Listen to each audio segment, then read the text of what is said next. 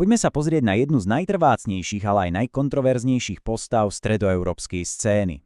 Pretože v jeho prípade to nikdy nebolo len o hudbe. Je to o vytvorení celého, povedzme manuálu na úspech.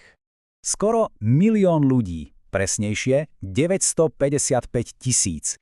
Toľko odoberateľov má na svojom YouTube kanáli Patrik Vrbovský, ktorého všetci poznáme ako Rytmusa, ale toto číslo, to je naozaj len začiatok. Iba taká špička ľadovca. A aby sme si to dali do kontextu, na Slovensku v krajine s asi 5,5 miliónom ľudí ho to katapultuje na 16. miesto medzi najväčšími youtubermi. Viete, čo to znamená? Že Rytmus už dávno nie je len hudobník, je to mediálny fenomén, ktorý si to pokojne rozdáva s digitálnymi hviezdami úplne novej generácie.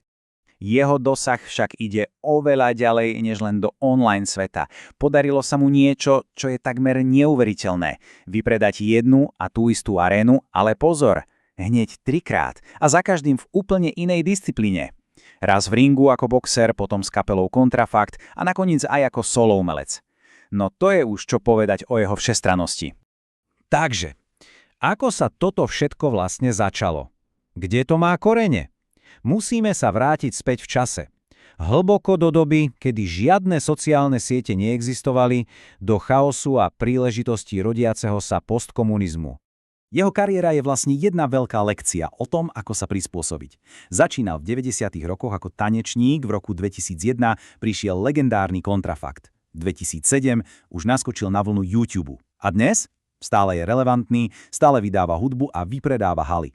Prešiel si érou kaziet, CD-čiek až po dnešný streaming a v každej z nich nielenže prežil, on v nej dominoval. A toto jeho presvedčenie skvele vystihuje veta rap nie je sport. Čo tým myslí? No jednoducho to, že kariéra športovca raz skončí, je limitovaná vekom. Ale dobrá pieseň, tá môže žiť večne a fanúšikovia starnú spolu s umelcom. Vlastne hovorí o tom, že hudba je istá forma nesmrteľnosti. A keďže si bol vedomý tejto hudobnej dlhovekosti, veľmi rýchlo pochopil jednu zásadnú vec. Ak chce vybudovať naozajstné impérium, značka Rytmus musí byť oveľa väčšia ako len jeho hudba. A tak prišiel na rad film. Nebol to žiadny náhodný krok, išiel na to strategicky. Začalo to menšími rolami v sérii Bastardy, potom si strihol úlohy po boku Brucea Willisa či Piercea Brosnana v hollywoodských filmoch, no a nakoniec prišli veľké hlavné úlohy v domácich trhákoch ako Invalid alebo Vojna policajtov. A toto všetko nebola žiadna náhoda. Mal jasnú víziu. Chcel sa stať hercom, ktorého si zavolajú na špecifické drsné úlohy.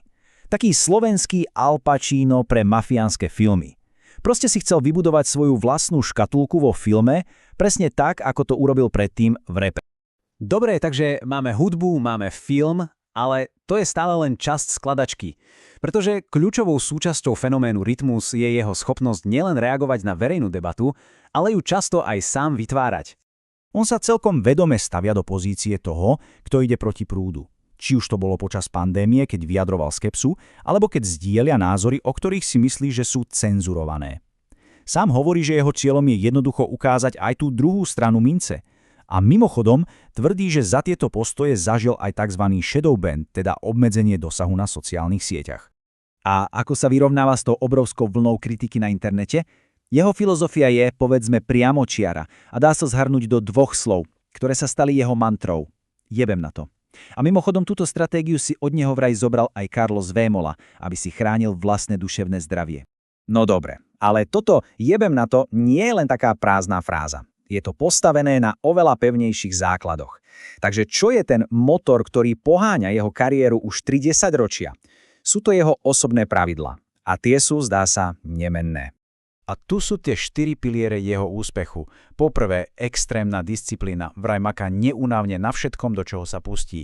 Po druhé, triezva myseľ, celý život absolútne žiadny alkohol ani drogy. Po tretie, neustále prispôsobovanie sa dobe. A po štvrté, celé to robí s cieľom vybudovať odkaz pre svojho syna.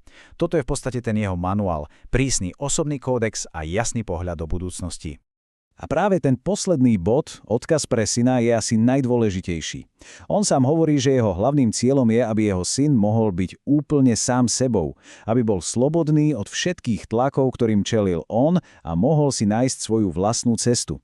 Takže celý ten profesionálny drill má vlastne veľmi osobný cieľ zabezpečiť slobodu pre ďalšiu generáciu. Keď si to teda všetko spojíme, tú hudbu, značku, filmy, kontroverzie, aj tú jeho osobnú filozofiu, začne sa nám skladať obraz jedného naozaj komplexného a áno, často aj provokatívneho odkazu. Takže je to ikona sebaurčenia alebo len majster provokácie? Pravda je asi taká, že Rytmus si vybudoval celé impérium jednoducho tým, že bol vždy nekompromisne sám sebou. A tým prinútil celú spoločnosť, aby sa s jeho úspechom nejakým spôsobom vyrovnala. Či sa jej to páčilo, alebo nie.